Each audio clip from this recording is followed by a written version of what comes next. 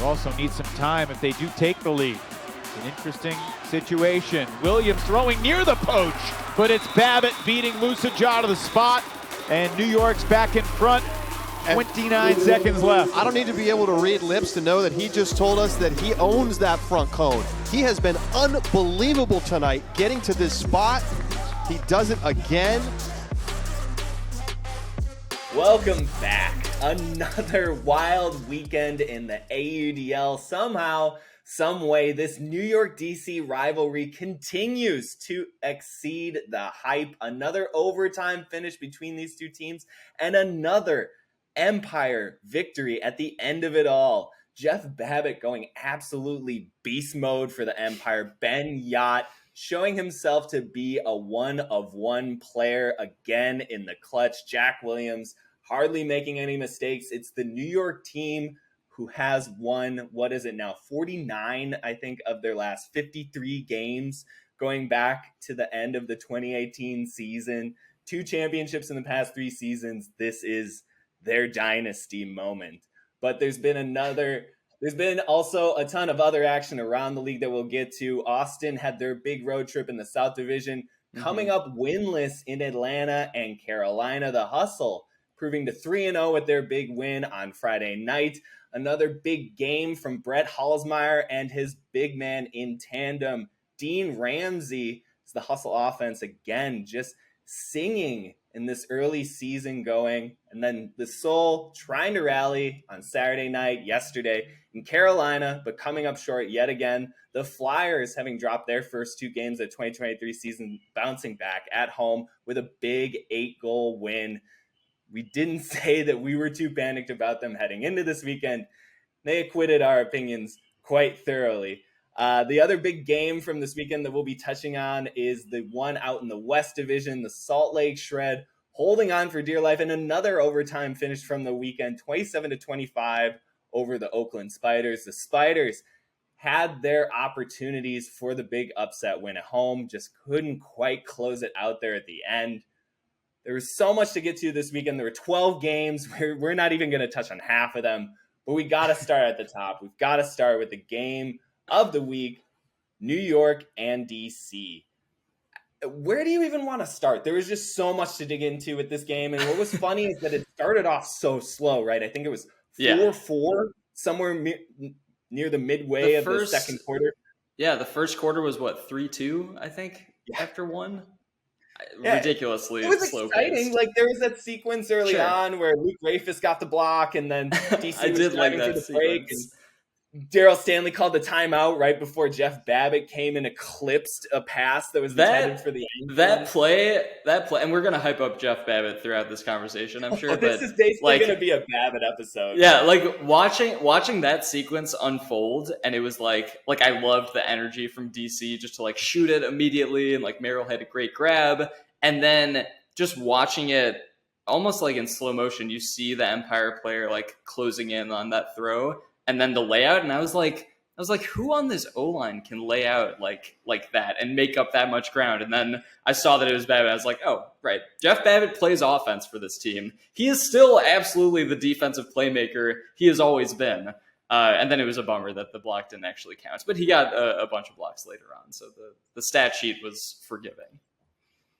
Let's talk about his stats before we get a little bit more into the rest of the game. He finishes the night with a game-high 7 goals, game-high 3 blocks, almost 300 receiving yards, and basically all of the most emphatic moments for this Empire team throughout the night. I wouldn't say that he had, for someone who's produced as many highlights as he has in his career, this was not one of those games. But I think it might have been in the top 3 most impressive Babbitt games I've ever seen in my life, because not only were the scoring production numbers there, not only was he sort of the cap on the end of every single important drive that they needed, including the clincher in overtime where he started screaming and pointing to the front cone and claiming it like it was his own territory in Babbitt land or something. That was just such a good moment to watch a competitor like him releasing that. But, it just describes what I'm getting at is that he didn't have, other than that layout block that got negated and a layout save that he had also in this game that was insane that he did the no handspring out of that he's become so infamous for now. Love that. You know, he has all these little moments, but I think what was even more impressive in the details was how he made all of it look so easy at times. I mean, the goals scored, again, these are him just running away. A lot of them are less than 10-yard passes, him sprinting to the front cone. But again and again, he was just setting up his cuts 20, 30, 40 yards in advance and just running people on these drag routes across the width of the field. And his explosiveness last night, for his size, I mean, his burst, his first step, he was just nuking people at the point of attack. I mean, there was no way people could stay in front of him. And then he's just a runaway freight train. That final goal, when he breaks free to the front cone, there's a DC help defender who gets a great read on the backside. Yeah. And they just want nothing to do with trying to challenge Babbitt and a disc at the front cone. That is too much meat. It's too much man. And that's too much motivation, right? Like, he was just on one. It was like an NBA Jam player catching fire there in the second half. And right, it's the type of game where you mentioned like kind of the highlights of his career really don't live up to what he did this past Saturday. Obviously is not going to be on like his career highlight reel of like the most impressive Babbitt plays ever, but it's like one of those games where it's a highlight reel in the volume and like the consistency of plays that he made. The fact that he absolutely owned that front cone by the end of the game, and it was just inevitable. Anytime New York got the disc into the red zone, they could swing it back and forth a million times. You just knew Babbitt was going to free himself up eventually. And like, I don't know if I've ever seen like that much consistent domination throughout one game as far as like goal scoring goes in the red zone from anyone in recent memory. And I think it can kind of be oversimplifying to say, like, he had a presence. Like, I think that's oftentimes an inarticulate way to say somebody's making an impact on a game. They're playing well. Sure. But watching this game, when he's shutting down any potential buzzer beater attempt that DC has, you know, he got 2 of his blocks on buzzer beater attempts. When he's just sort of hawking around out there, if New York's offense does make a mistake and DC gets a chance to break opportunity, you just, by that fourth quarter, by that overtime period, you could feel him on the field, right? Like, he was there. Definitely. Like, and to your point, even when, you know, the Empire offense is doing its kind of ratchet swing, almost hypnosis that it gets into in these red zone sets where Jack Williams and Ryan Osgar and Solomon Rushmeyer-Bailey and Elliot Chartok just kind of go to work, you could just feel it like a rubber band tension pulling where it's like, wait for Babbitt, wait for that. It's like, when's the throw happening to Babbitt? When's someone going to fit it in there? Yeah, and it happened literally every time, it seemed. I mean, there was one time where Osgar had that nice step through backhand and he just sort of threads it. And it's one of those plays, it looks so easy, but you watch the timing of it. I mean, there's 2 DC defenders converging on that disc too, and it's just like Babbitt beats him to a point every time, and that's how it was all game. He's just beating people to the spot again and again and again. Like you say, you don't see it in games like that too, in moments like that, to just see him seize all of it. I do want to give credit to the throwers though, because like that was a dime by Osgar. Like, Williams had some very tight window throws, and this was a game without Elliot Chartok, which was pretty interesting because Jack basically became. Thank you for correcting me. I was confusing with the other Chartok because Oliver Chartok had a great backhand. Oh, Oliver went off. He had a great game. He's got like great early throws, contender too. for most improved. Early contender for most improved. I think absolutely. He's been dynamite in both sides of the ball for them. Yeah, but no, I think coming into this game, I was expecting a heavier workload for Solomon Rushmeyer-Bailey and Jack Williams, who kind of became more of a 2-man backfield. But I think similarly to how when Elliot Chartok is active, it's mostly him and Rushmeyer-Bailey, and then Jack Williams is sort of that like front of the stack, like handler's helper player able to step in. I think Osgar took on a lot of that responsibility. So like everything kind of shifted, and then Weinberg was sort of in a more Osgar role downfield this game. So I was just really impressed with the way the Empire offense was able to kind of shift everything back a little bit and then just like get the disc in the hands of their best throwers on the field pretty much the entire game. So as much credit to Babbitt as he deserves. Like, these throwers were putting the offense very consistently in spots to succeed. And kind of flipping it to DC's side of things, once again, they sort of do one of the most impossible things, it seems like, in this league, which is take a lead from New York, whittle it down to a tie game, and put themselves into a position to win late in the fourth quarter and in overtime. And again, they just cannot get over this hump against this New York team. I mean, I would have to go back and look at it, but in one-score games against them going back to 2018 or 2019, it is not favorable for the Breeze in this matchup. And you just start to wonder, what is it going to be? Because it felt like maybe for the first time, I guess Boxley had the second half in the East Division Championship game last year, where he became their kind of primary response and answer for when New York was going to their star contingency during the clutch moments. Last night, it was Ben Ort making his team debut for the Breeze, just kind of answering Babbitt goal for goal down the stretch. It seemed like the kind of thing or playmaker that the Breeze have needed in these matchups. Again, Boxley did it last year. Ort was doing it last night, but it's just not enough against either a Jeff Babbitt going off, a game winner by Ben Yott in his 30th birthday, a Jack Williams buzzer beater to open the 2021 season. I mean, I can go on. DC fans, New York gets it from everywhere. They get it from like everyone on their roster, not everyone, right? But like the top 5 guys. Yeah. Well, Ben Yott's Statue of Liberty sky was insane. Right. They have the ability for all these guys to step up in clutch in huge moments. And yeah, I think that's just the difference. Like, they have like a greater chance of guys that are going to make plays in the clutch and really close out the game than anyone else in the league. Right. That's like their biggest advantage right now. Yeah. And I mean, we don't have good stats for kind of these fourth quarter last 3 minutes of a game. We should end of quarter things, but it would not surprise me to see a host of New York players in, efficiency rating, top end leaderboard sorts of positions. Just look at the eyeball test. Look at what they've done. Look at their work history here.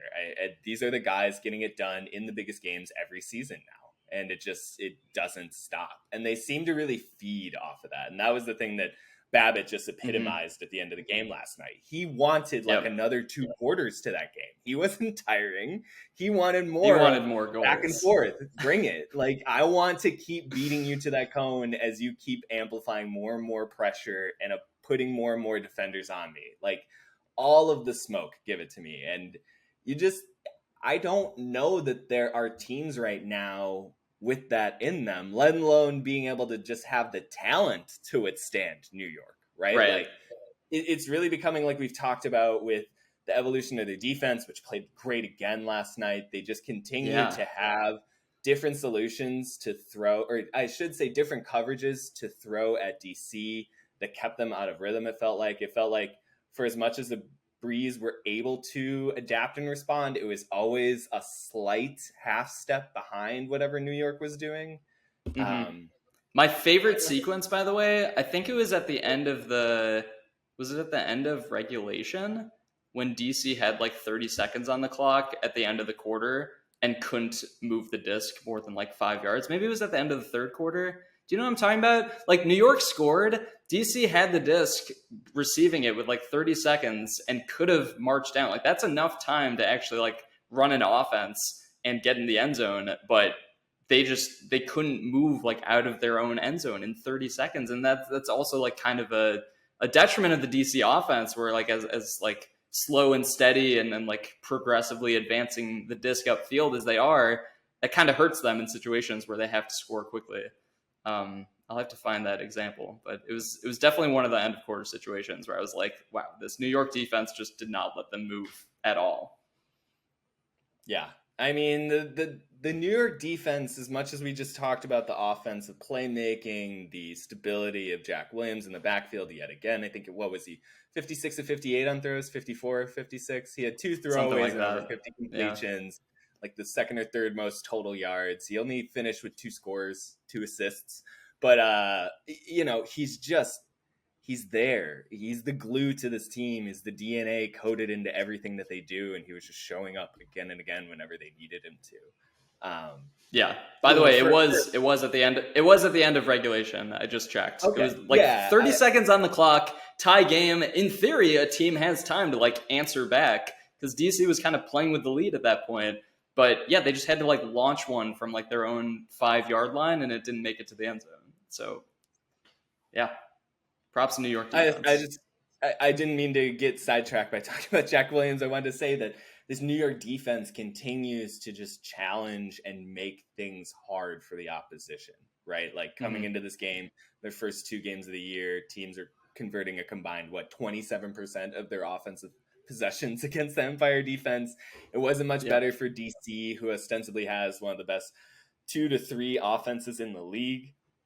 Where does New York go from here?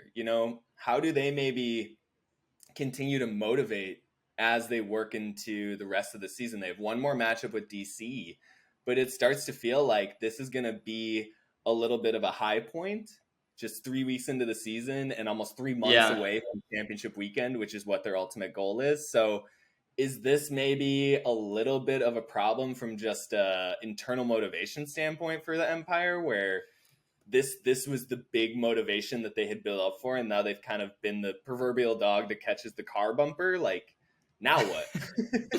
I don't know. I mean, I feel like you can make that argument for them. Down. They went undefeated last season. Like, what more is there for them to overcome? But they've got that Colorado game later this year too. But yeah, I think 4-0 Salt Lake and Salt Lake too. Internally, they're probably just looking ahead to DC and that Salt Lake Colorado weekend. But I know like they're a team that is going to take preparation for every week seriously and continue to play their game regardless of who the opponent is. But I mean, it's a valid point. We see teams that can kind of just like coast and get by on easier opponents and not get a real challenge, which is a good segue into Austin's road trip. I wanted to pause and just throw out a couple flowers from this game. We didn't really get a chance to mention Ben Ort. Ben Ort was fantastic for DC again in his debut. Was just the kind of playmaking response. You were saying in the pre-show that we were discussing, you might have thought that Ort was the best off-season addition for the Breeze. So. Because Ben Ort, I will say, from what I saw, and he's a guy that I've like heard his name a lot. I was like loosely following the league in 2018 when he played his rookie year with Toronto as an 18-year-old, I believe. Mm-hmm. He was like, he's been an international player that's gotten a lot of hype over the years. Obviously a prodigy. He is the free agent addition I would point to for DC that visibly raises their ceiling as an offense this year. You could see the explosive potential he brings as a receiver. And guys like Cole Jurek and Andrew Roy and Thomas Edmonds are all nice, but they're kind of nice in like their versatility and flexibility. And I'm not saying Ort isn't versatile or flexible, but he also just looked like a dominant number one receiver. So like pairing that alongside a guy like Christian Boxley and just in the context of this offense, I like how he also sort of like gained, familiarity and chemistry throughout that game and almost like seemed to have a confidence about his play later on. I like him a lot. And so it's additions like that are really going to allow DC to compete with New York in the future. Yeah, no, I totally agree. Also, Boxley was another one I want to give some flowers to. Briefly mentioned Oliver Chartok. Oliver Chartok continues to show range and skills that I frankly didn't quite know he had going into this season. Last year they kind of used him a little bit as a back end goon squad, sort of second member of a double team. He was like a double team specialist. This year they're using him everywhere defensively. Like they still use him on double teams, but he's doing a lot more just coverage in deep space on opposing bigs. He was playing some offense last night. He had that terrific throw in open field at one point. Just continue to love his evolution as a player. Christian Boxley continues to play like an MVP this year. He was so good for the Breeze in the first half. Felt like they went away from him a little bit in the second half. I know he still was around in some of the red zone sets, but I didn't feel like they put him as much as a primary playmaker as they maybe could have during some of the stretches where they were having some offensive rhythm issues, but neither here nor there. Yeah, that was it as far as kind of bigger headline flowers I wanted to give you, but you're right. We should move on. Let's go to the South Division, starting with Friday night. Austin losing to Atlanta, dropping to 2-1 after that game. Atlanta, meanwhile, improving to 3-0. They are at the top of the South Division after 3 weeks, and honestly looking like a top 3 team this year. All of their players are just playing in optimal roles. I feel like, again, Brett Halsmeyer and Dean Ramsey continue to just kind of pace the big play dynamic on offense. But defensively, I kind of wanted to get to this hustle team because not only do they have defensive playmakers, and this is kind of without, what's crazy is that if you had asked me before this season, hey, we're going to poach Ramsey and Halsmeyer for, almost 2/3 of their points, if not more, on offense. And our defense is actually going to be not only much better in coverage, but also a little bit better in counterattacking. I would have thought you were crazy. But that is exactly what has happened with Atlanta. They still use Ramsey and Halsmeyer in situational plays to great effect, particularly at the end of quarters, using their size. But by and large, those guys are being used as offensive weapons, and instead, it's this defense of Jakeem Polk, Justin Burnett, Billy O'Brien, Jeremy Langdon, Bradley Soonchins, J.P. Burns. They have a lot of versatile coverage players, and man, other than New York, I think they might have the second best counterattacking unit in the league this year. They definitely look like it at times. I'm a big fan, by the way. I feel like we're seeing more and more of like kind of really solid 2-man tandems off of the counterattack. Like the J.P. Burns and Billy O'Brien combo that they have going on, where like both those guys are incredible shooters, but they're like doing a very good job being choosy with their shots, not just like unloading the disc whenever. I feel like turnovers are always a bit in the back of the mind with players like that, but they are very in rhythm. They're very good at moving the disc and taking those shots when they matter. We're seeing like those guys. We saw John Randolph and Ben Katz for New York. We got Rowan and Bloodgood for DC. I'm liking this. Maybe it's an old emergence that I'm just now noticing, but I'm into the 2-man tandems that we're seeing on D-line offenses. Yeah, no, and what I like about Burns and O'Brien in particular is that I don't feel like they get too cute. I feel like they know their strengths, so kind of get into power position and shoot that disc downfield. Go vertical as quickly as possible, but for whatever reason this season, I feel like their shots are very good selections. They're not forcing them. They're not rushing that whole team on offense too. Yeah, we're seeing it everywhere. Yeah, there's an uptick in the precision and calibration of these huck looks. And again, that shouldn't really surprise us given that they led the league. I feel like we're saying this every episode. They led the league in huck completion percentage last year, but there's a difference this year. And I think obviously their 3-0 start with 3 impressive wins against playoff teams from last year kind of gives you that clue of like they're just at an accelerated level, on offense. There's not a weak link right now. The backfield of Christian Olsen and Austin Draco Taylor are playing as good as ever. Bobby Lay has become basically the best version of Bobby Lay possible, which is he's being a little bit more selective with his shots, but he can still just open it up from anywhere, from any range on the field and give you that deep dimension look. They had a play out of a dead disc scenario where it was just Bobby Lay standing completely standstill and then hucking it to Dean Ramsey in one-on-one coverage. And it's like, yep, do that every time. Just roll it back. Like that's the look. That's the one. And, everyone's just playing. Matt Smith continues to play some of the best ultimate of his career. He's just not making mistakes and being everywhere that he should be, provides perfect fill cuts. This Atlanta team too is really taking on an identity of responding whenever they need to. They got out to a big lead on Friday night against Austin, and then Austin starts to make a couple plays. They start to get that little bit of confidence. They're a team of shooters. They're going to make some mistakes, but when they get into rhythm, it's like a streaky 3-point shooting team in the NBA, right? Like they can just start filling it up and closing gaps. And you saw that against the hustle a little bit. Austin started to trim that lead from, what was it, like 6 at one point down to 3, down to 2.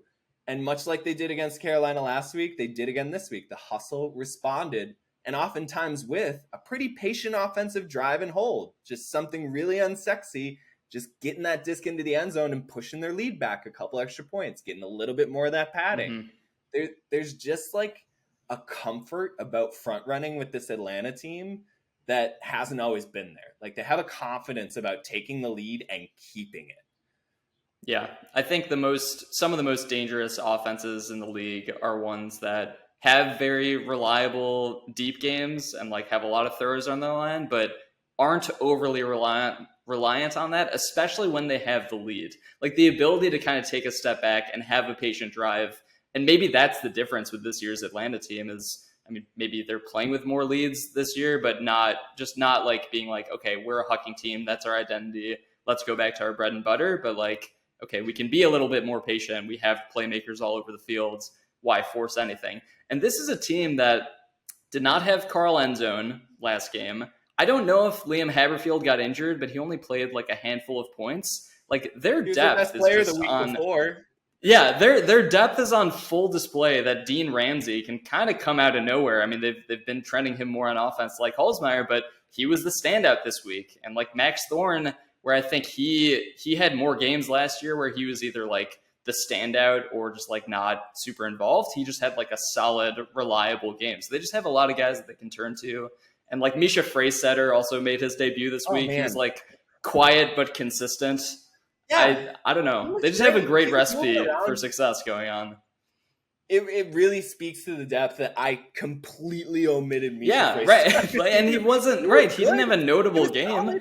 I really liked how he moved, like, for his first game back since 2018. Yeah. Like, his mobility, like, he came out and he was moving around really well. I trust that coaching staff led by Tuba to just figure out how to use him progressively. There was an end of quarter situation where they trotted out Brett, Dean, and Misha, which is just unfair amounts of height.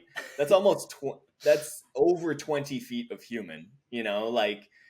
They have to stack on top of each other's shoulders next time and just have. Like, I think it should be illegal if they find a long enough trench coat, where if they do that, it's legal. Like, order a big enough jersey that they put on. Yeah, that should be it. Just a super. What would that be, like a 10XL? Long. BE could do it. They could put something together. Let's get on it, BE. Quinlan's watching this, anyways. Atlanta improves to 3-0. Austin then had to go on to the next night, face Carolina, and they had more of the same issues that plagued them in Atlanta, which is that they had some easier opponents the first 2 weeks of the season, and then they run smack into the other playoff teams in the South Division, and they're making miscues that they can't afford to make versus Atlanta and Carolina. Like, the Flyers and the hustle will simply take advantage of you when you do that, and that's exactly what the Flyers did, right? Austin came in flat. Flyers, having lost their first 2 games of the season, are backed up a little bit into a corner, and that's kind of where Carolina plays the best. We learned that in 2021. We're learning that again this year. They played almost completely open lines again for their 3rd straight game this year. Everyone was playing everywhere. Yeah. Didn't really matter. Liam Searles-Bowes came in, had a great debut to his 2023 season. Matt Guccio-Hannes finally making his 2023 debut after being sidelined with injuries.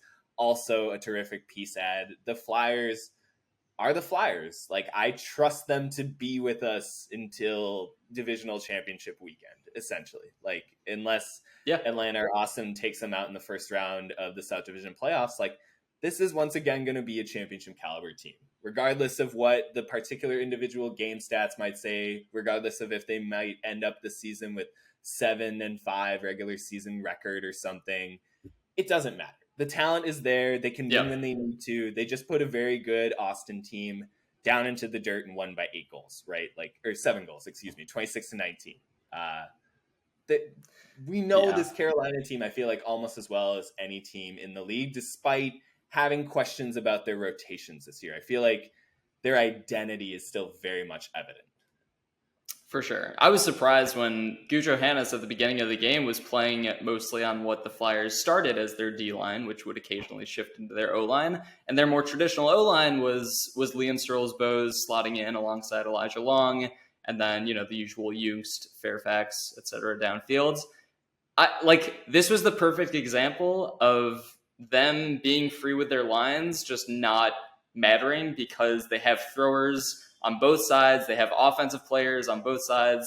I love like when Fairfax and Junks play defense too. Like they are great playmaking defenders as well. So it's just like, it's the type of lineup you're almost allowed to play with these pieces and play with O-lines and D-lines. And I don't even know if internally they labeled themselves as having O-lines and D-lines. They probably just named them like blue and red or something because it really didn't matter. And they were really rotating freely. It was the example that we needed to see from Carolina, whereas the first two games, I think this is what I would point to as the issue with this team. This was the clear example of them making it work, and I think they needed to do that this week. And then we'll keep moving right along to the West Division. Big game out there between Oakland and Salt Lake.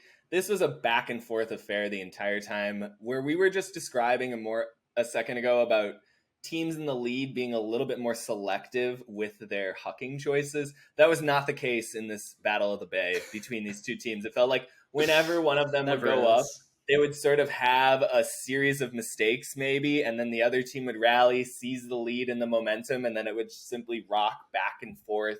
Went all the way to overtime until Salt Lake finally seized the lead. Oakland had their opportunities in this game, as we mentioned at the top of this episode. Their young core of playmakers, you talk about some of the most exciting teenage talent in the league. It's on the Spiders team. Dexter Clyburn, believe it was his professional debut in this game, made multiple plays out in the fast break for the Spiders offense. Keenan Lawrence continues to impress. But this Spiders game, after getting that huge cathartic first week victory over Seattle, also in overtime. Or no, that was at the end of regulation or overtime. I don't remember. It was another nail biter though. Yeah, I think it was end of regulation. Spiders, it's one of those things where the Spiders team, again, I think has a lot of interesting pieces, but they're not too accustomed to winning together yet. And you could just see that in the clutch stretches of this game. It was almost as if the Shred were giving them opportunities to close this out. There was a moment in which the Shred turned it over in the red zone, yielding back the Spiders the disc with under 3 minutes to play. Oakland had 2 timeouts remaining, the disc and the lead. They elected to let their defense try to lead a break drive. They turned it over within the first 3 throws. Salt Lake got it back, put the disc in the end zone. It was a tie game, and it was just different from there. You could feel that opportunity just slip away, and it felt like one of those things where just with a little bit more experience, a little bit more, I think, familiarity with each other, the Spiders might convert there, might take the timeout, might settle down, might do a better drive, and they didn't quite have that in this game. I mean, there were also some really unfortunate just throwaways and mistakes at the end of this game for Oakland. There were 2 different goal line turnovers for this team that just wouldn't happen, I think, 99 times out of 100. There was a Mac Hecht one where he released it wrong. Like, it just came out of his hand bad. Like, I mean, we just watched him, throw 65 as 67 as every other thrower had, like, multiple turnovers and almost a 50 turnover game in week 1. And he paced everyone with precision. He had 6 throwaways yesterday. And I think that kind of volatility just describes where the Spiders team is, right? Like, I think one week they're going to look really, really good. And then I think they're going to have weeks like this where they play a great team in the Shred. They come up just a little bit shy. They're young, right? Like you're going to expect this roller coaster probably throughout the season, but it is a good reminder that, and I think we've been saying this really since we saw Oakland's roster, anytime any West Division team goes to Oakland where they can rally behind the energy of their home crowd, and you just don't know what you're getting with them. And I think they clearly have the ability to play with any team in this division. So we'll see what happens with them going forward. I think they're going to grow a lot as the season goes on. I don't expect them to be like the most consistent team by the season's end, but I imagine some of these late game mistakes could go away. It's also like, I feel like I'm seeing a lot more of the importance of just like closing out games and like knowing how to turn to your best guys in the clutch and having those guys to count on, like we were talking with New York, and the fact that like Indy for the last few seasons has like had issues closing out games, and we saw that against Minnesota, and even this past weekend against Chicago. Like Chicago sort of started to rally back in the fourth quarter. Like just that 4-quarter consistency can be really tough to find, and like that really critical last like 5 to 7 minutes is super important for these teams to really nail down consistency with.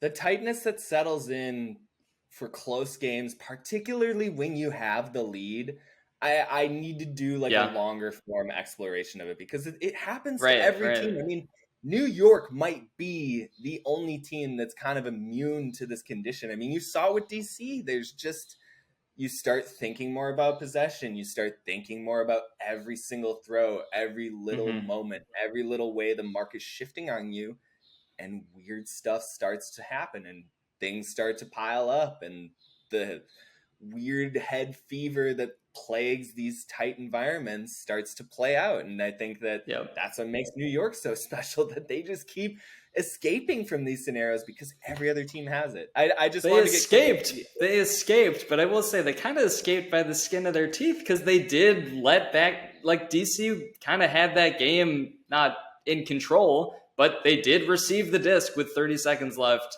and they could have put together a game-winning drive with no time remaining in regulation. Like, DC had to come back in the fourth quarter, which is the same thing we saw from them in the East Division Championship game last year too. So it's like, yeah, New York is sort of immune, but they also, I don't know, you go like this a lot of the time when you watch them late in games.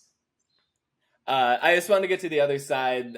Salt Lake's win. They are now the first team to reach 4 wins in the 2023 season. They've just been going gangbusters so far. They're, funnily enough, after last season being such like a highlight jammed hoorah for them, I think, from start to finish, they're just a machine this year. They just go out there and execute, particularly on offense. They love small ball. They love doing dink-doink stuff. It works out really well for them a lot of times. Sometimes I think it leads to short field turnovers with the new pulling rules. They're not getting out quick enough into their transition offense, and they might make some mistakes in their own half field, as they did against Oakland. Oakland converted on some very opportunistic turnovers, particularly to start the second half. I think Salt Lake missed a reset dump on their own goal line, and Oakland just picked it up and threw it in.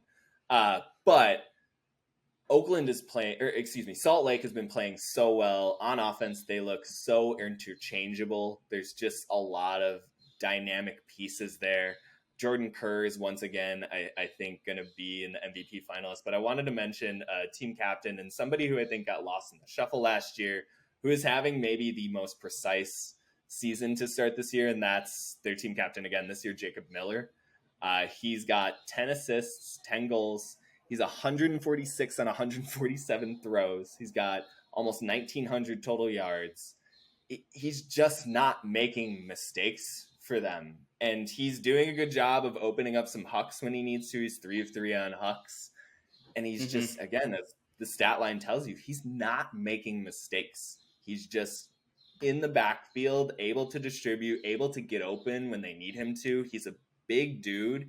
Kind of travels around, I think, a little bit like a tight end, but he's so mobile and he's so good at both being available for the reset and then clearing out and keeping things moving. He's never going to be, I think, a focal point that makes or like a ball hog or a disc stopper. He doesn't need the disc to excel, but he's just been so impressive to me this season. Jace Dunabile is, again, doing so well for them. Will Selfridge, back from injury. I think he's still a teenager, and he looks just so good.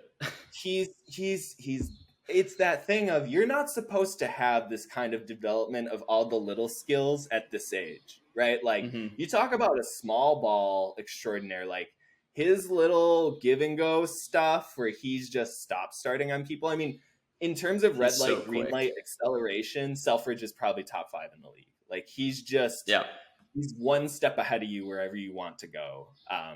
There's a lot to like here with Salt Lake. I really want to see them get tested by Colorado again, because it's feeling very similar to the start of last year, where Salt Lake started by putting up a whole bunch of points in the rest of the West Division and then kind of running smack dab into the Summit. So waiting a little bit by the way? Too hyped, when is that first game, by the way? Salt Lake, I would have to look. I'm looking now. I'm still so caught up in it. Well, while you do that, 9th. I just wanted to June 9th? June 9th. Okay. So and then they play back to Back-to-back weekends, June 9th in Colorado, and then June 16th in Salt Lake. So that's almost how it went last year. It was week 5 and week 7, but I like that. Yeah. I like that for the rivalry. That's good. Where they get the tit for tat right away. Yeah. What do you think about Salt Lake? Do you like the Salt Lake team? They're looking great. I mean, it makes me a little nervous that they couldn't totally win decisively against Oakland, but like we've been saying, I think this is a solid Oakland team that is going to be tough at home. And I think Salt Lake, right, their offense right now is definitely what they've been excelling at. I think their defense is still I don't know, they still make some great plays, but the kind of the hunting aspect of everyone on defense can also come back to bite them a lot of times when they just leave open huck opportunities for the other teams. So I'm still kind of in wait and see mode on their defense, but from an individual piece standpoint, you listed all those guys, we could list 7 more on their D-line that have impressed me so far. Really, all the Jorgensen brothers also, which haven't gotten mentioned. Everett Saunders, I think, has been incredible to start this season. They still have all the pieces you want. Right. They have everything you want on a championship contender team. I think we just haven't seen quite the level of consistency that we saw from Colorado last year, which is why they weren't able to win the West. So yeah, I'm definitely circling those dates in June, but Shredder looking great. And then finally, we just kind of wanted to give some congratulations to 5 teams who got their first victories of the season. LA, San Diego, Indianapolis, Toronto, and a special extra congratulations to the Houston Havoc getting their first one ever as a franchise. Way to go, Havoc, getting that very nice 28-17 win in Dallas. Hats off to head coach Bexforth and the rest of that staff and players. It's a tremendous success for them. It was kind of a real rush getting them into this season, so it's really cool seeing them get that first kind of champagne pop right in their second game. So congratulations to Havoc. But that'll do it for this episode of Swing Pass and a brief Week 3 recap episode. Both Daniel and I will continue to be writing and producing content for the AUDL.com in the coming days. There's going to be tons more to dig your teeth in from such a jam-packed weekend. Again, we didn't even get to half of the games that went on, so be sure to tune in to the AUDL social media as well as the AUDL.com site. You can also go to the watch.audl.com.tv, if you want to watch replays of the game. Tons of ways to consume. We look forward to talking with you in just a few days, previewing Week 4, but we thank you for tuning in here and now. Talk to you soon. Bye.